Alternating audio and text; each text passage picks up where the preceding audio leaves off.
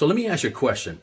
If you could only have one, a successful career with, let's say, millions of dollars in the bank, or a loving, healthy, happy relationship with your spouse and your children, which would you choose? Hi, I'm Michael Raushin, and this is Thursday Quote of the Day. Today's quote is from Dolly Parton, and she says, "Don't get so busy making a living that you forget to make a life." Wow, those are some pretty powerful, wise words, because I think we're all guilty of sometimes getting that work-life balance out of whack. 25 years ago, I used to work for a large defense contractor, and I was on a trip to a bunch of meetings at the Pentagon, and because I traveled so much, I had the opportunity to sit in first class quite often, and I'd meet a lot of interesting people. Well, on this particular flight, I was sitting next to a gentleman, and we struck up a conversation and started talking about our lives, our jobs, our families, etc. And he gave me some pretty impactful advice. He had explained that he had just retired as the CEO of a multi-billion-dollar Fortune 500 company.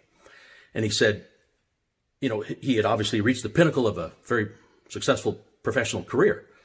But he said it wound up being at the expense of his family and his marriage. He said he currently is estranged from his children, no relationship. He's divorced from his wife. He says, I might live in a multi-million-dollar home and have millions of dollars in the bank, but he's pretty unhappy. And he told me, he said, I wound up watching my children grow up in pictures. And he said, my advice to you, Michael, is don't watch your kids grow up in pictures. So that was a pretty sad story, and he left a real impression on me. So I went home and I made some changes. I had 2 full-time jobs. I was also a company commander for a Army Reserve unit, and decided to give that up. And I wanted to make more time for my family, and I'm glad I did. And one of the things that I was taught along the way was make a weekly to-do list and separate it out by the roles we have in our lives. So obviously I was a sales executive, but I was also a husband and a father and a family member and a friend. And so on that list, I would have a statement at the very bottom that said, what is the most important thing I can do this week in each role that would have the greatest positive impact?